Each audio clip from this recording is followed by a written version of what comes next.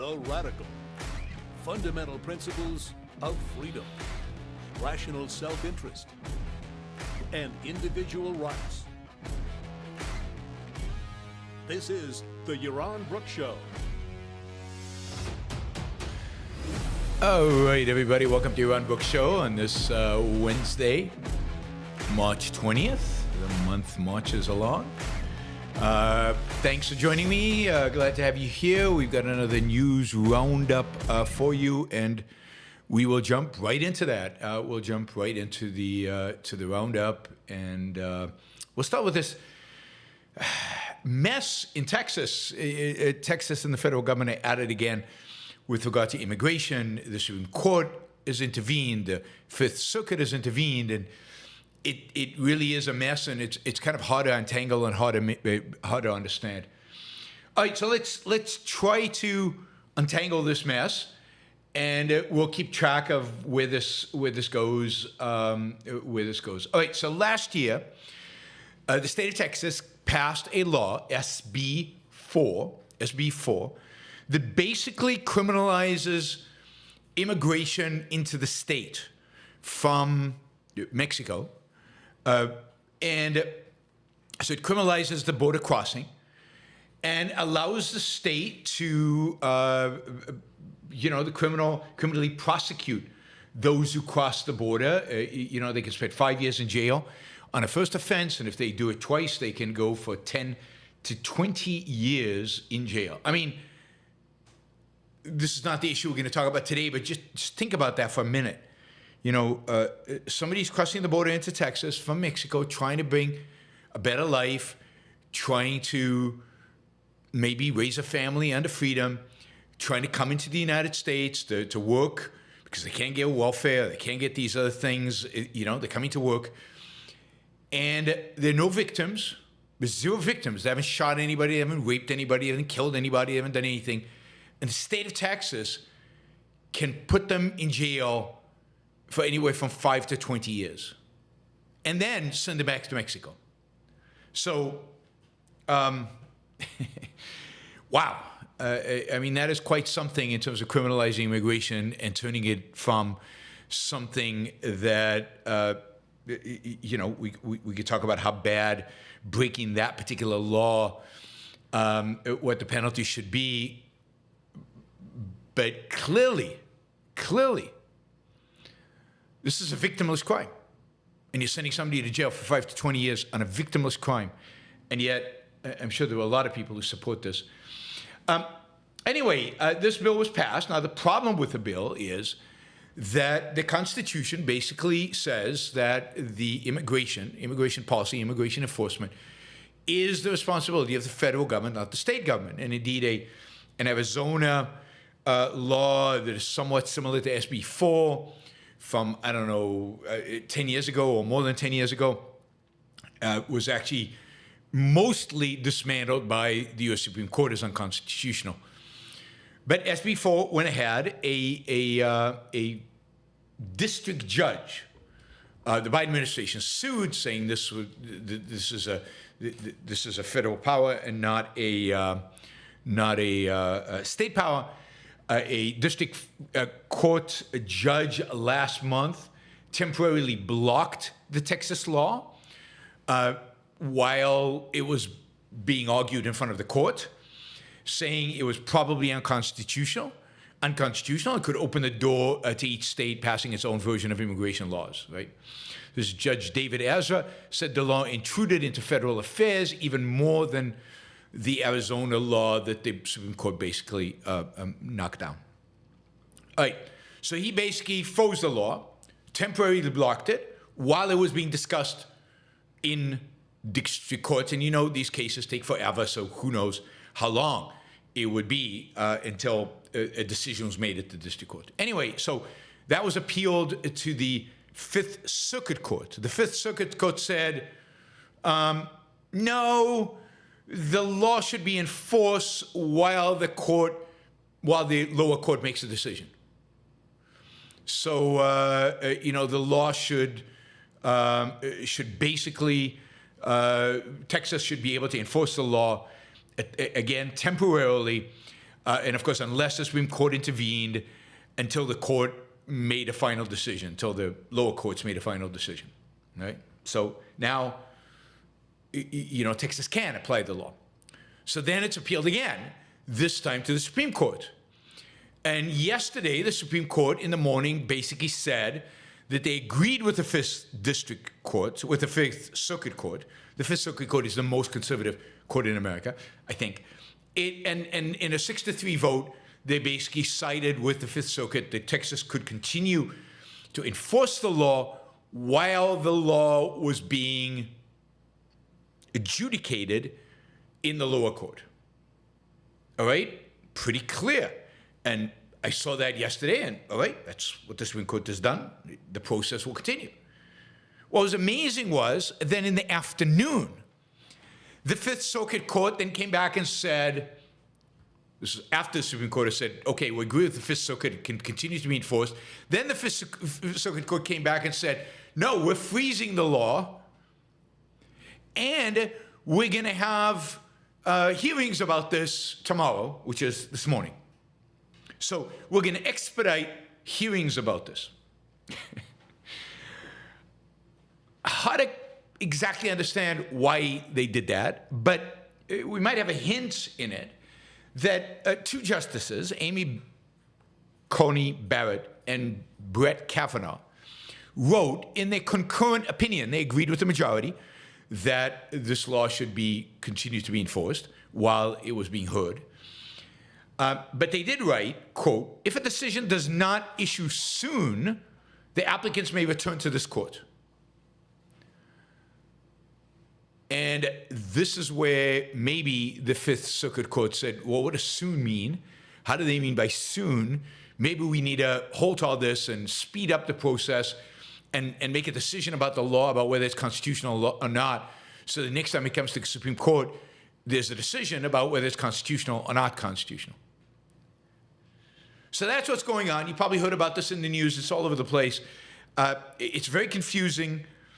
I still don't quite get it because it seems to me that the decision still needs to go back to the district court because the district court has to rule about the constitutionality of this and only then send it. It will be appealed to the Fifth, and only then will the Fifth get involved. So I'm not sure why they're getting involved at this point. Maybe one of the lawyers can get online. I was looking around trying to figure out, what is really going on here. I couldn't. So maybe one of our lawyers can tell us. But that's where we are today. Again, the Fifth Circuit Court, not a district court, Circuit Court, Fifth Circuit Court, has scheduled our arguments for this morning, and is trying to speed this up. But I'm not sure if the speeding up is about whether the law is legitimate or not, or about whether there should be a stay on the law or not. I'm confused, and I hope I brought a little bit of clarity to you guys and some confusion because hey, I'm confused. Why wouldn't you be? All right, that's where we are. Of course, this is the problem with the kind of immigration laws that we have. This is a problem with the complete confusion, the irrationality of these laws. They're all over the place. They're unclear. Immigrants don't know what they mean.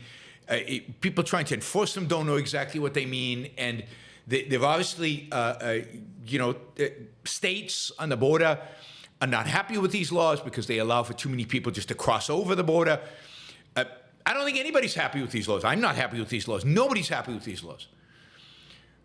What we need is dramatic, systematic, complete overhaul of our immigration laws. And what Texas is doing and what Arizona tried to do and what Arizona might try to do again if it has a Republican majority, if it has that, they're going to try to plug in the holes where they think that the federal government is not. But of course, it's not their responsibility, but they do suffer part of the consequences, at least appear so, because they seem to be forced to at least provide some welfare benefits to these, although I'm not sure exactly why. It's super non-objective. It's super confusing. it creates a dissent, it creates conflict between people. And what we need is immigration laws that are clear, unequivocal, and that allow for a lot more legal immigration than we have today, so that illegal immigration will get reduced. And clarity about the whole issue of asylum. I mean, it cannot be that under asylum, anybody can get in. You know, asylum needs to mean something, or asylum as a criteria for immigration needs to be scrapped completely. But there has to be some method. There has to be some standard. Of course, I think asylum as a standard of immigration is part of some international law treaty that the United States is a party of, so they can't completely eliminate it, although they probably should. I will recommend again, nobody who matters is paying attention, but I will recommend again a immigration system based on the ability of the immigrants to get a job in the United States, not the government's point system, which is playing at a central planner who knows what is required by the U.S. economy, what jobs are valuable, what jobs, industry needs, but a simple market-based solution. You have a job offer, you come in. Don't have a job offer, can't let you in. That's it. I think under that system, most people who want to come to the United States could be allowed in, and it would be a net benefit, win-win for everybody involved. Everybody involved. And we won't then rank jobs by, no, this job is really, really important for the national prosperity, and this job isn't, so we don't care if that job is filled, we just want these jobs filled. No, anybody who's willing to employ an immigrant can employ an immigrant. And, you can make the visas, 5-year visas, renewable if they have a job or if they've started a company, or all kinds of ways in which to continue. You can make it so that these immigrants can never vote. You can make it so that they never can get welfare. You can create all kinds of things that make it so their impact, their so-called supposed impact, is at least somewhat minimized if you're really worried about these issues. All right, that's the confusion state of Texas immigration law, and it's not going to get any less confusing in the near future. All right, geoengineering. Geoengineering is this attempt, instead of stopping human beings from, let's assume climate change is happening and we need to do something about it, it's this idea of, instead of depending on shutting industry down, closing everything down, constraining everything, blocking everything. Instead, what we will do is we'll create some kind of effect in the atmosphere that will actually cool the temperatures. So we will, instead of shutting down carbon, instead of shutting down carbon emission, we will actually not have any carbon limits, but we will do something to cool the atmosphere. And there are a lot of companies trying different things, universities experimenting with different things. I talked about this on a previous show. I think we went through 3 different mechanisms that are being studied out there and are being tried. And, it's quite promising. It's the scientist playing God. I love it. I love scientists who play God. I'm sure they do a better job than God himself. And it's a way that's pro-life, pro-life, pro-progress, pro-economic growth, while and still recognizes that, global warming can have disruptive effects that maybe we want to mitigate, right? Well, there's a lot of criticism of this from, I'm sure you wouldn't get this, from the environmentalist movement. They don't want anything like this. They don't want to actually reduce the dangers of climate change. Right? Because what they really want, what they always have really wanted, which really motivated their movement all along, was deindustrialization, lower standard of living, lower quality of life, lower production, fewer CO2 emissions, just less human beings and less impact, less so-called impact on the environment. That's what they really want. Climate change is just the most convenient excuse to shut down production, to shut down growth, to make us poorer. So, one of the projects was at Harvard, and the critics of geoengineering basically have argued that even studying the possibility of solar geoengineering eases the societal pressure to cut greenhouse gas emissions. They also fear that such research could create a slippery slope that increases the odds that nations or rogue actors will one day deploy it, despite the possibility of dangerous side effects, including decreased precipitation and agricultural output in parts of the world. So they don't want to use this. They don't want to use this because it might lead to societal pressure, less societal pressure to cut greenhouse gases. But why do we care about greenhouse gases? Because it warms the planet. Well, if we can cool the planet to offset that, why do we care? What they really care about, again, is to stop the life processes that lead to the emission of CO2. Anyway, their campaign and their efforts were fruitful. And it's official now that Harvard's geoengineering experiment has been canceled.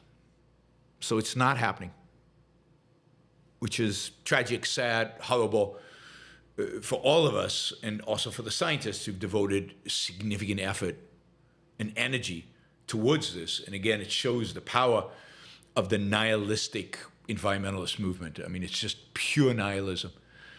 The hatred is the hatred of man. The hatred is the hatred of progress. The hatred is the hatred of achievement, of success. It really is horrible. All right, Intel, our Silicon Valley-based chip manufacturer. I think the only company in the world really today that both designs and manufactures its own chips. Almost all manufacturing of chips is done by TSMC and by Samsung, but they don't design the chips. They build chips for other people. Intel is the only company that does it, I think. Maybe there's some companies in Japan and elsewhere, but it's the only big company that has ambitions to really build and design its own chips. It also has ambitions to compete with TSMC and Samsung in the foundry business. That is, in the business that builds chips for other people. That is based on designs, let's say, that Apple submits or some other people submit, and they create the chips for them. So that's called the foundry business, and Intel wants to enter that business and compete with TSMC for that. Intel has been struggling for many years. Of course, in the 70s, it created, in a sense, the chip industry. In the 80s, it dominated the memory chip industry, and then it was outcompeted by the Japanese and basically lost that. It pivoted. If I remember right, ultimately without government help, it pivoted to the chips that basically run our computers, the chips who run our laptops and our desktop computers, and it became the world's largest manufacturer of logic chips, those kind of chips.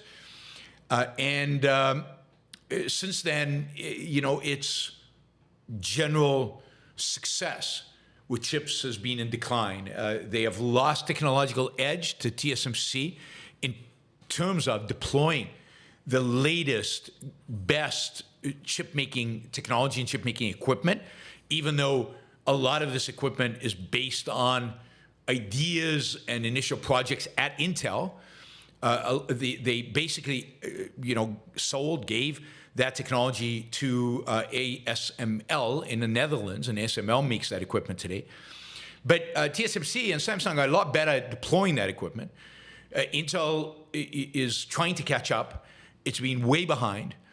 As I've described in the past, although it's been a while, chips, in my view, are a crucial strategic product in the world today. There are chips in everything.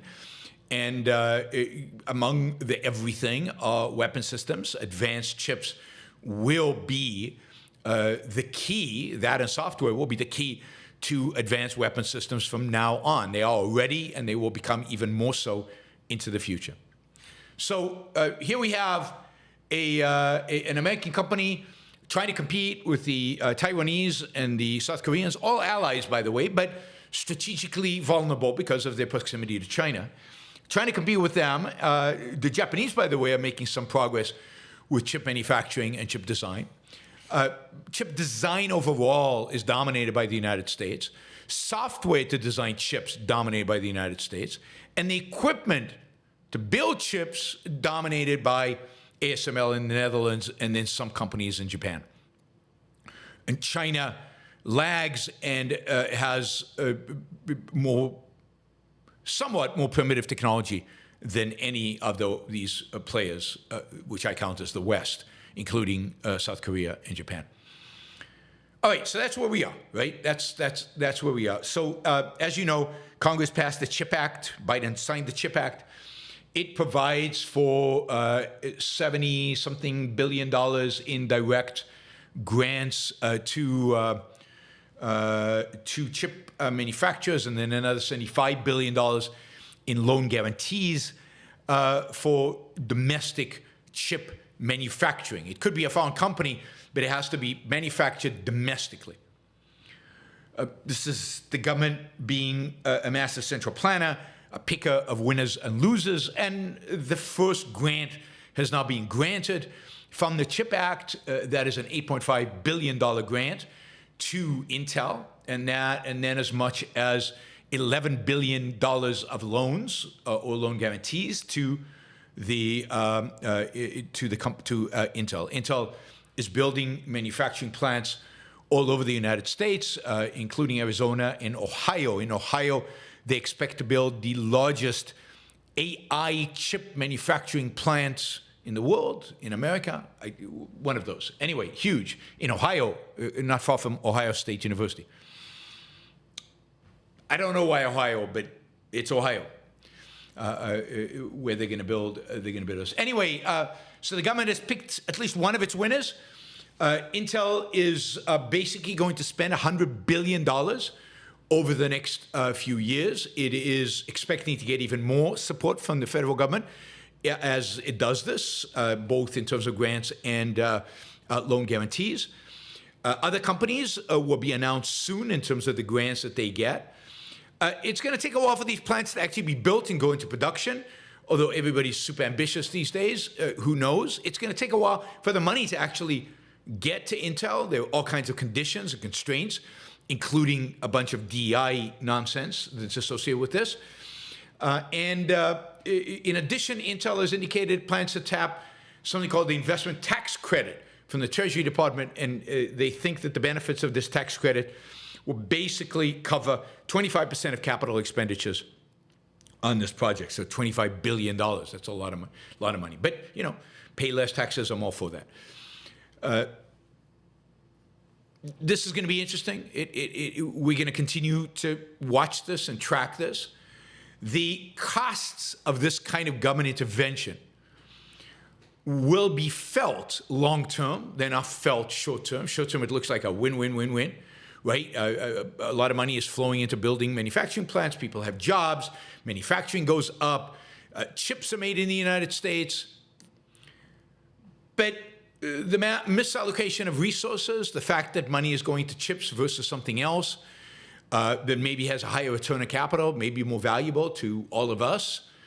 The fact that the government is picking winners and losers, does that impact Intel's ability to be competitive in the future and to thrive in the future? Or is this, in a sense, a death knell for Intel, the fact that they're getting money from the government? That often is a sign of you won't be able to compete in the future. Will these plants ever be built? How many of these will be white elephants? You know, plants built and then they'll never find the employees they need, the trained staff that they need in order to actually make the chips. All kinds of things could be happening between now and the next 5, 10 years. And of course, if we have problems in 5, 10 years, nobody will link it back to this. Nobody ever blames central planning, government involvement, government intervention on the problems that we are talking about. Right. All right.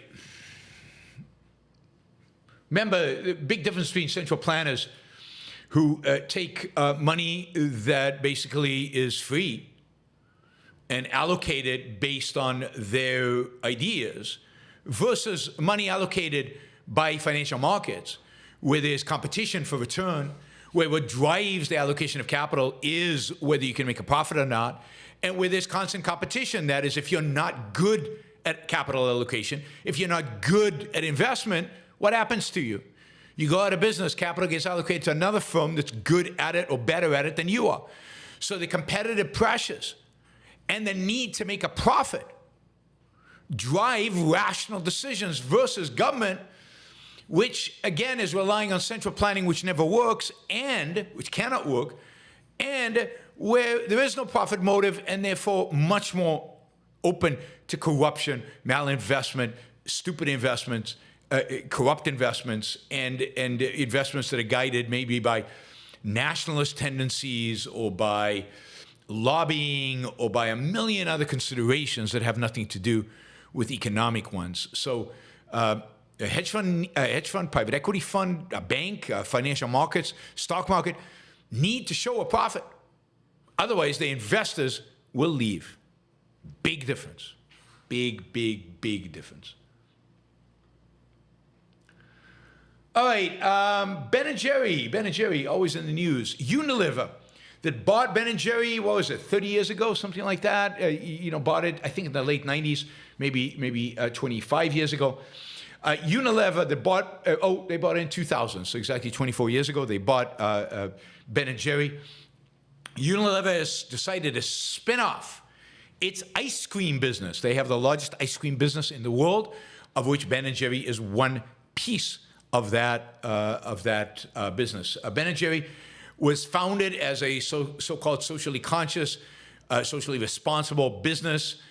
When it sold to Unilever in 2000, it established its own independent board, a board that was established in order to preserve the social responsibility and all of that, social justice nonsense. And Unilever is stuck with that. There was a big issue about selling ice cream in Israel and Ben & Jerry in Israel. I can't remember how that was resolved, but I did a show on that. We covered it in a show. And, Ben & Jerry's still continues to be one of these devoted leftist businesses that advocates for and runs its business on somewhat leftist principles, still trying to make money. Well, now Unilever is selling it, and it looks like Ben & Jerry could become an independent company, or it could sell to private equity, or it could sell to somebody else. It's not clear exactly what will happen to Ben & Jerry, but one thing is clear, that board of directors, that independent board of directors that is committed to social justice and woke and whatever else, that independent board of directors will continue. It was in the original deal when Unilever bought them. The original deal included that even if Unilever sold Ben & Jerry, the independent board would always be in place. So for those of you who love Ben & Jerry ice cream and who hate this social justice agenda and were maybe hoping that finally they could get rid of the social justice agenda and be able to buy the ice cream guilt-free, ain't happening. You're stuck eating ice cream. Every time you buy this ice cream, you're supporting causes that are trying to kill you, causes that are undermining everything about this country and everything about its value. So I have boycotted Ben & Jerry's for, 30 years, since the mid-90s. I hope you boycott Ben & Jerry. And ice cream is important. Why wouldn't we talk about ice cream? Ice cream's like, consumption is good, right? Life is good. Consumption of tasty stuff is good. Now, Ben & Jerry's also has too much sugar, and It's one of the reasons consumption of ice cream in the United States, I don't know if you know this, consumption of ice cream in the United States is in decline. One of the reasons Unilever is selling off the entire ice cream business. All right, there we go. It's Ben and Jerry will stay politically correct to the end. All right, finally, I don't know this is such a, we've talked about this so many times, but I need to keep highlighting it because it's so stupid and it's so disgusting and it's so ridiculous. We've talked about earlier in earlier shows in the months past about how the Houthis are basically blocking world trade. One of the most, or the busiest channel for world trade through the Suez Canal is basically blocked because the Houthis keep firing at ships. And a lot of insurance companies won't insure ships to go through the Red Sea and into the Suez Canal. And they're forcing them to go around the Horn of Africa, which is a much longer trip, much more expensive. Insurance costs have gone up. Travel times have gone up. Costs generally have gone up, which is a huge drag on the global economy and is pretty pathetic. A bunch of kooks, a bunch of barbarians from the, 9th century who want to bring Sharia law to the world and who are funded and armed by the barbaric Iranian regime, basically holding the entire world hostage because they are, controlling the sea lanes and not letting ships pass and shooting at them. And it's absurd. And it's continuing for months now. The United States claimed they'd formed some kind of coalition of the willing or something, and they were going to take care of the Houthis. No cigar. I mean, it keeps going. They keep firing at ships. Once in a while, they'll sink one, or cause fires, or kill somebody. And in the meantime, they're also shooting regularly and intensely at American Navy ships, basically at war with America. Indeed, one of the captains of these ships says, this is the most since World War II that the U.S. has taken fire on the oceans, right? The U.S. Navy has never been under fire more than it's under fire right now in the Gulf of Eden and the Red Sea from the Houthis. Now, the Houthis are a military force that it should take the United States, I don't know if they were serious about it, a couple of weeks to dismantle, maybe less. And much of that dismantling could have happened from the air, although it is true that some civilians might die as a consequence, because like Hamas and like most evil regimes, they are hiding behind the civilians, right? Yeah, I mean, a B-2 with a nuke would end it in a day, but short of nuclear, this is not a big problem. Militarily, this is an issue of will. And this administration is a cowardly administration. This administration is a tiptoe around the problems of the world administration. The only crisis they seem to be gung-ho about is in Ukraine, and that probably explains why so many on the right hate anti-support for Ukraine, not because there's anything about Ukraine or Russia, although they do admire Putin. But it probably has to do with, oh no, if the left is so excited about this, we can't be. But, nothing is happening. Once in a while, I guess they go and they bomb a few things. Of course, the U.S. Navy is not taking a hit because they have really good defense systems. So this is good, I guess, exercise for the U.S. Navy to test out its defenses against these kind of rockets and bombs and drones. What's it going to take? One of these rockets hitting one of these ships and killing some American servicemen before the United States takes this seriously? It's just mind-boggling. And nobody cares. Like, this is not in the news. Congress is not having hearings about this. They're having hearings about all kinds of other things that are really mostly irrelevant to us, including to our national defense, all kinds of hearings. But the one thing they're not doing is actually talking about the threats to America, the threats to trade. America has been the defender of global trade since World War II. That has worked out really, really well for us. It's worked out really, really well for the world. It's created this amazing win-win globalization, which is a huge benefit. And we're walking away from that. We're just walking away from that and handing it over to the barbarians to dictate where ships can travel. And if this stands, it's only the beginning. The Somalians are going to start their pirate business up again. Other places around the world, in other regions, are going to figure out ways to hijack ships, stop shipping when they want to, and basically demand ransom. Everybody is watching. American weakness, we all pay for in spades in this administration. Unbelievably weak. All right, that's all I had. So we're going to turn to our super chat. Let me just thank Silvanos and Ryan. Thank you for the support. We only have 3 questions. 3 questions. So if you want to ask a question, now's the time to do it. We are way short of our goal. So more questions, more stickers at any amount would be really helpful in order to get us closer to the goal. But we'll start with Andrew. Andrew, who pretty much every day is here asking questions. Thank you, Andrew. Really appreciate it. Is the science of ecology fatally infected by politics? They're predicting doom from slight warming while discounting the greening of the earth is absurd and irresponsible, in my opinion.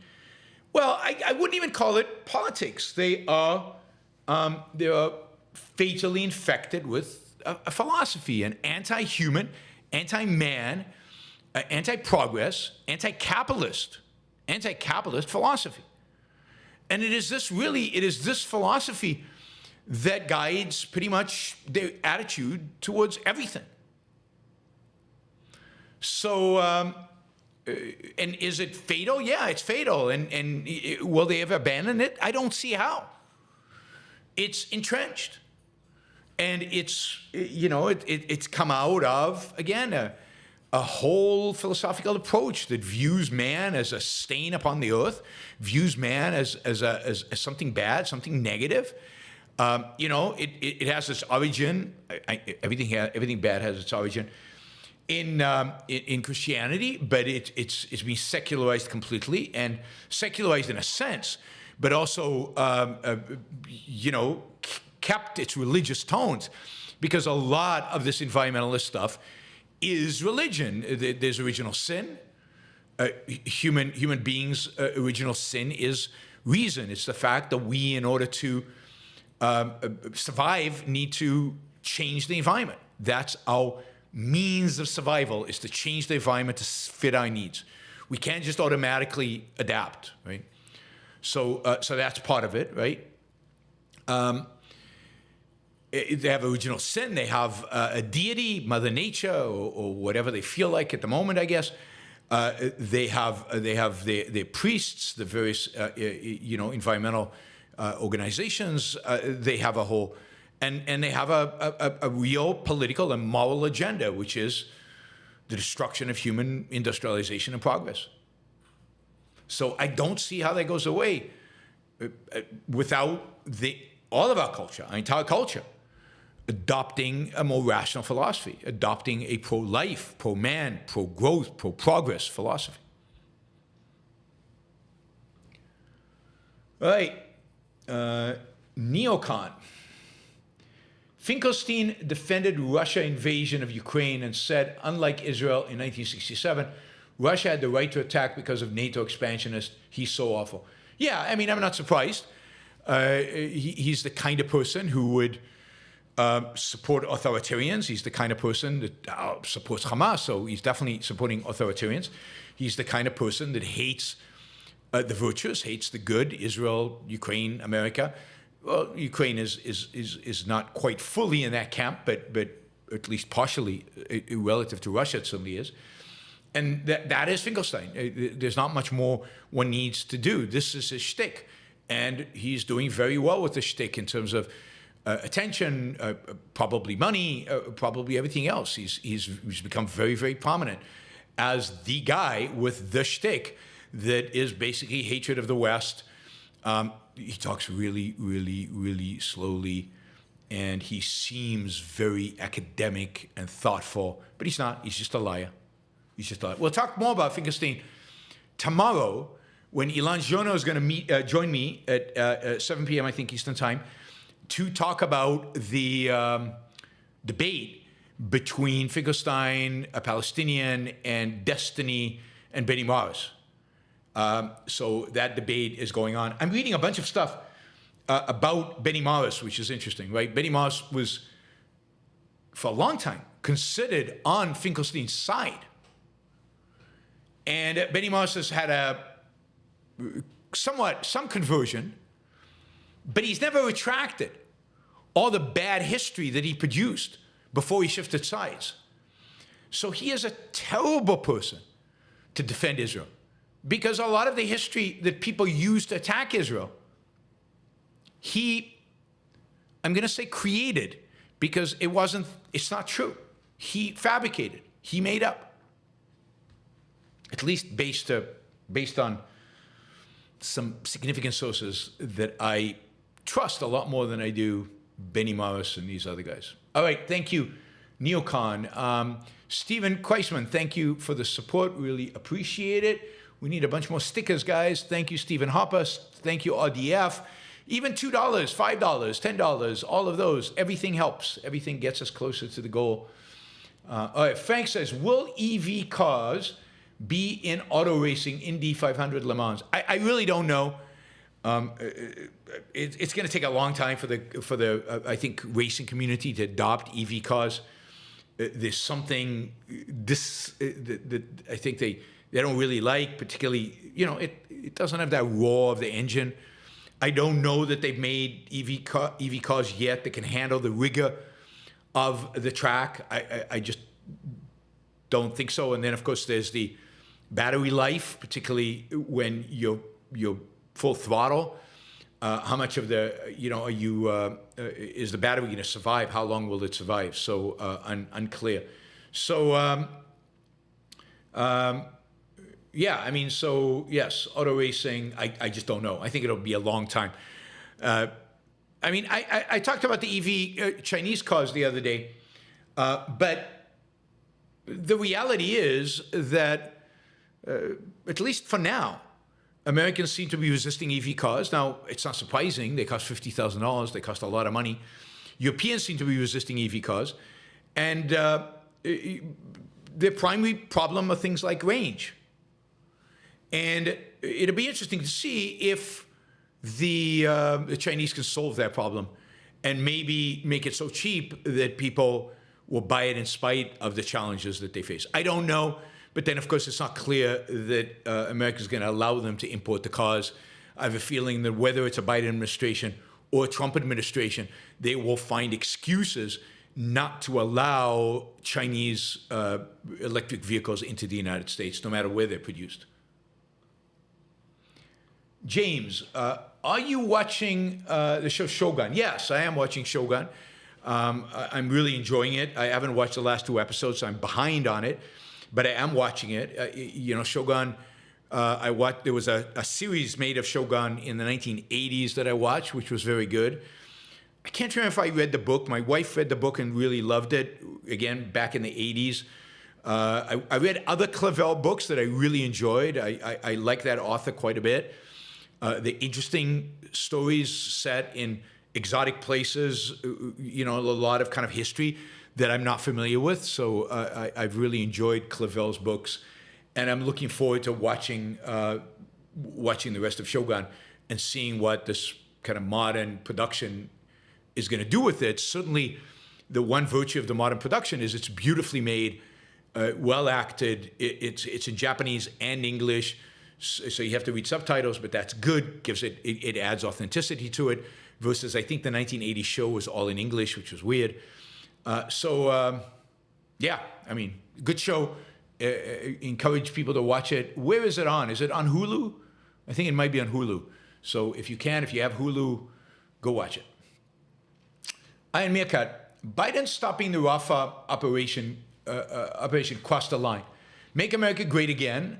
I'll go back to hating Trump after the election. Gaza must be destroyed. I get it. People are going to find excuses, and everybody's going to find reasons to vote for Trump or to support Trump. I get that. It's easy because Biden is an awful president. The real question is, what are you going to get? What are you going to get in his place? What is Trump going to offer?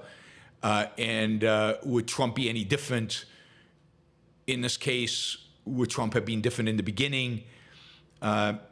Not clear, not obvious to me that Trump is dramatically better. Maybe. He was in his first term very friendly to Israel and quite supportive along certain lines, but he also tried to push a peace deal, two-state solution.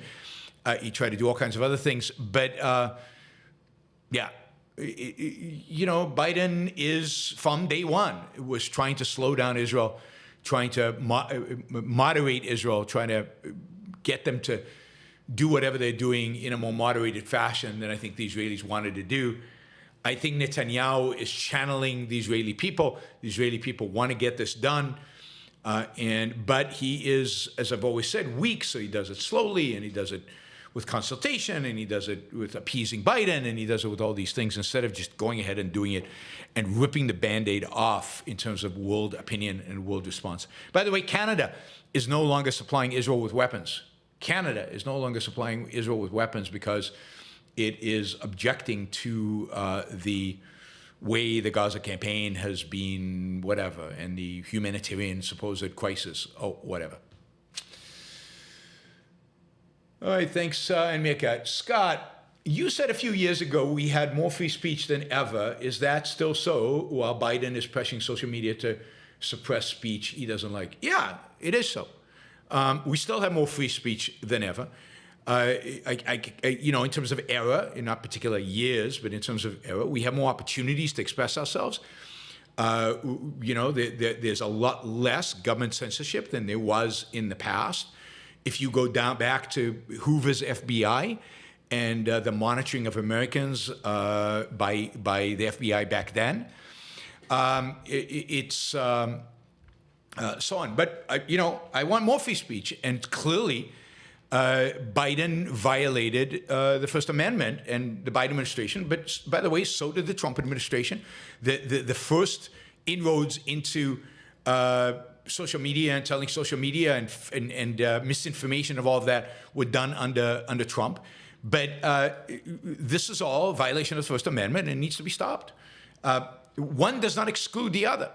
So yes, we should recognize the fact that America in its past, unfortunately, was, again, I remind you of Lenny Bruce in the 1960s going to jail for saying the F word. But also the kind of surveillance from the FBI under Hoover was far more intense even than I think what the NSA does today. The files that all of us would have had under those days at the FBI and a whole variety of ways in which our free speech was violated and the risks we were taking. I think the Supreme Court over the last 2 decades has liberated speech significantly. That is, has stood by the First Amendment in ways that they hadn't in the past. So good for the Supreme Court. And I very much hope they continue that trend by getting the government to stop talking to social media, stop talking in a very, very extensive way. But if you think this is a democratic problem, then you don't know what you're talking about, Scott, which is, of course, not surprising. When what's his name? Ted Cruz, years ago, lambasted Facebook for, quote, censoring conservatives. This is when Trump was around. Censoring conservatives. That's government talking to social media and telling them what's unacceptable. They're just as bad, and maybe worse. So the idea that this is a Biden administration problem or that will be solved if we give the reins to Republicans is pure BS. The Republicans do it, and indeed the Republicans initiated it by using pressure in Congress, threatening regulations on social media in order to get their own way, in order to get the social media to behave in ways that they wanted them to behave. Well, it doesn't matter who it was, it's Republicans. And, Trump supported this. Didn't Trump forgive me if I got this wrong, but didn't Trump say at some point, and maybe we can find the clip, he said, something like, if the Washington Post keeps attacking me like this, Jeff Bezos and Amazon, beware. Maybe there's an antitrust lawsuit somewhere there. I mean, that's what he said. Is that an administration that respects free speech? That's exactly what the Biden administration did. Threatening social media, in this case, it's not social media, it's real media, threatening them with going after their parent company, unrelatedly, in order to silence them, or in order to change their coverage. I mean, it's a joke. Indeed, I think that Trump elevated this kind of thing of threatening the media, elevated it beyond anything that I think any other president, at least that I'm familiar with in the last 20, 30 years, has done. So the Biden administration just continued that trend. God, but the idea that Trump is pro-free speech in any way, is just complete evasion of the facts on the ground. It's a complete evasion of what he said. It's a complete evasion of his behavior. And it's a complete evasion of what he said his intention is going to be. One of the reasons I want the Supreme Court to rule on this, and to rule on it as clearly and unequivocally as possible, is to prevent Trump or whoever, Biden, Trump, whoever, from doing this in the future. Unfortunately, based on our arguments, it doesn't look like they're going to. Trump's bluster is exactly the same as the bluster of a bureaucrat walking into Twitter and saying, I'll be really upset if you publish this or that. It's the same thing. It's bluster. Bluster is a form of violation of free speech, and that's what the Supreme Court needs to rule. And the reason they won't rule against the Biden administration, even some of the conservative justices, is because of the argument you're making. So you are supporting the idea that bluster is not a violation of free speech. The government can accuse people, can threaten people, and it doesn't count as anything. Don't worry about it. Just be happy.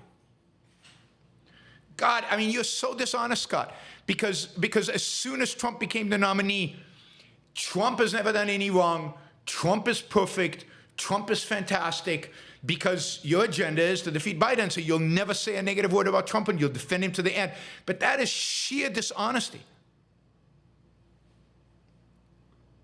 And the idea that a president stands up and threatens the owner of a business, that he's going to go after him unless the newspaper he owns doesn't change his coverage, that is, if that's not a violation of free speech, I don't know what is.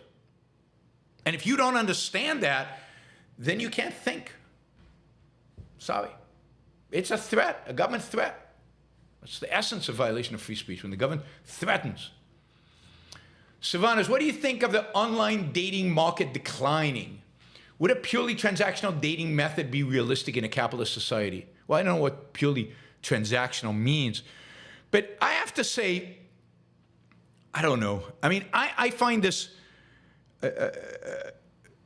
I would like to see people go back to meeting people live and dating people through work or through. Now, I think part of the problem with dating is that dating people at work became such an issue, right? It became like,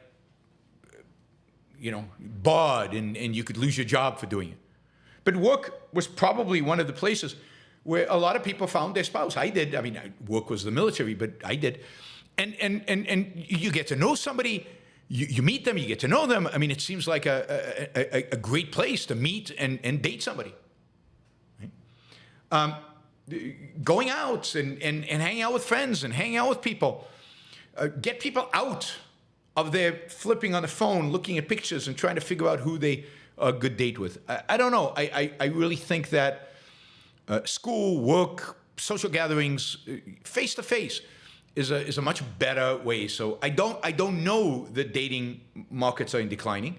Online dating markets are in decline. But if it's happening, then I think that's basically a good thing. If and only if, at the same time, the real world dating market is increasing. That is, if people are finding other avenues. If dating overall is in decline, that's not good. Right? People should date, People should have fun and enjoy the company of others. Would a purely transactional dating method? I don't think dating is transactional. I think dating should be, you meet somebody, you want to get to know them a little bit more, you date, to get somebody a little bit more. I don't know what's transactional about it. It has to be mutual, so in that sense, it's win-win. So it's a trade, but I don't think that money needs to exchange hands in a sense of a transaction like that. Thank you, Savanos. That was $50. Really, really appreciate the support. Paul, don't you think Trump's narcissism and love of dictators more dangerous than Biden's weak and fickle government? I mean, I do in the end. That's why I don't support Trump, right? I don't support Biden either, but I don't support Trump exactly because of that. I think his narcissism is and his embedded authoritarianism is unbelievably dangerous and could be the number one threat to this country faces in the future. I don't get to vote, and I don't get to influence a lot of people who do vote, so I'm not going to spend a lot of time. But yeah, I mean, I think Trump really, really sucks. And, at least Ian Meerkat says, Trump really, really, really sucks. But I have certain red lines. Biden crossed it. I'm going to hold my nose and vote for Trump. I get that. I think it's wrong, but I get that, right? But somebody like Scott, who, he completely evades everything wrong with Trump, everything he does wrong, his character, his authoritarian leanings, his admiration for Putin and Xi, ignores all of that and ignores his entire first administration, ignores the fact that this is the first president who tried to overturn a legit election, the first president in American history who really made a concerted effort to reverse the choice in the ballot box, the first president who really tried to stay in office illegitimately, to evade all that, to evade how he behaved towards Mike Pence and what he told Mike Pence to do on January 6th, to evade all that is just the height of evasion, and in the name of what? In the name of, well, he's not the left. Beat the left. Beat the left. I'm willing to forget everything, forgive everything, because it's absolutely evading. You saw what happened, and you evaded its meaning. You evaded the content. You're evading everything about it. And now, see, Scott, about a year ago, would have not taken the bait. He wouldn't have tried to defend Trump on the elections. He wouldn't have tried to defend Trump on January 6th. But now he's going to do it, because now Trump's his guy, right? DeSantis was his guy before, so, he was willing to consider criticizing Trump. But now, it's gone. It's gone. The Trump virus, the Trump brain virus has completely infected him. And everything Trump does, everything Trump is, and everything Trump was is saintly. All right, let's not talk about that more. Andrew, when you indicated that Christianity's original sin is productivity, it really elucidated the opposite natures of Christianity and objectivism. We literally regard the great sin as a great virtue. Yes, I mean, the ideal of Christianity and Judeo-Christian tradition is the Garden of Eden. The Garden of Eden where man does not produce. The Garden of Eden where man just is a beneficiary of nature, and he lives with nature in harmony with nature, but he hasn't bitten from the fruit of knowledge, so he has no knowledge, so he has no reason. So he doesn't need to produce, and he doesn't produce. He's just an animal. The ideal, ultimately, is for man to become animal. It's the reversal of evolution. It's giving up free will, and it's giving up human reason, so we can just go out there and be in the pasture with the rest of the animals and live happily ever after, I guess, as animals, not as human beings. That is ultimately the ideal. Right? And and therefore this world, because we do need a reason, because we do need to produce, this world is grubby and dirty and sinful. And it's only in the afterlife where you don't have to produce anymore. By the way, Marx's utopia is a Christian utopia. It's a world in which there's no production. Production happens kind of automatically in the background. We don't even talk about how it happens. And all your needs are met, and you can do whatever you feel like doing, and you don't have to produce. No productivity is actually occurring. And he got that. It's the Garden of Eden. It's the Garden of Eden. I should do just a show on the Garden of Eden. Andrew says, thoughts on Judge Conway's point that the media should cover Trump differently because he's not a normal person, but a narcissistic sociopath. Not sure if he's a sociopath, but he has that potential. Yeah, I mean, I do think the media should cover. I mean, I think the media should. The problem is that the media, I think, is too soft on him, and then it distorts what he says. So it has this combination of accusing him of things he isn't responsible for, like the bloodbath and not human. Those people are not human. And then not attacking him and not criticizing him on the things where he needs to be criticized and should be criticized. They should be making a big deal, for example, on his threats against the media, the threats that he's made about what he would do in the media in a second term. They should be focused on, for example, the free speech stuff that he's actually said and articulated. They should be looking closely at who the Heritage Foundation is vetting to be in a Trump administration. Who are these people? What do they believe? What do they think? What is their agenda? And they should look at Trump policy, projections. So I think they should treat him differently, much more seriously than they do. Instead, they look for sound bites and take them out of context and attack him that way, which is stupid because they look stupid and then nobody believes them when they actually are. All right. Let's see.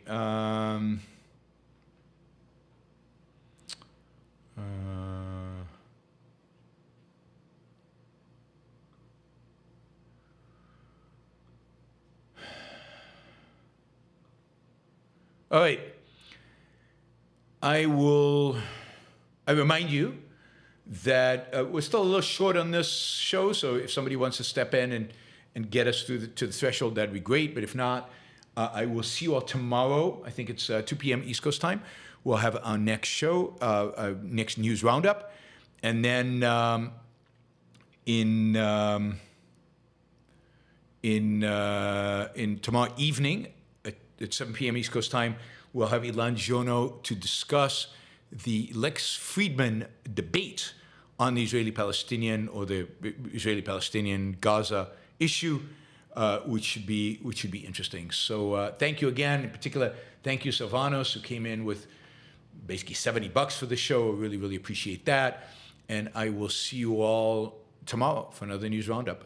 Bye, everybody.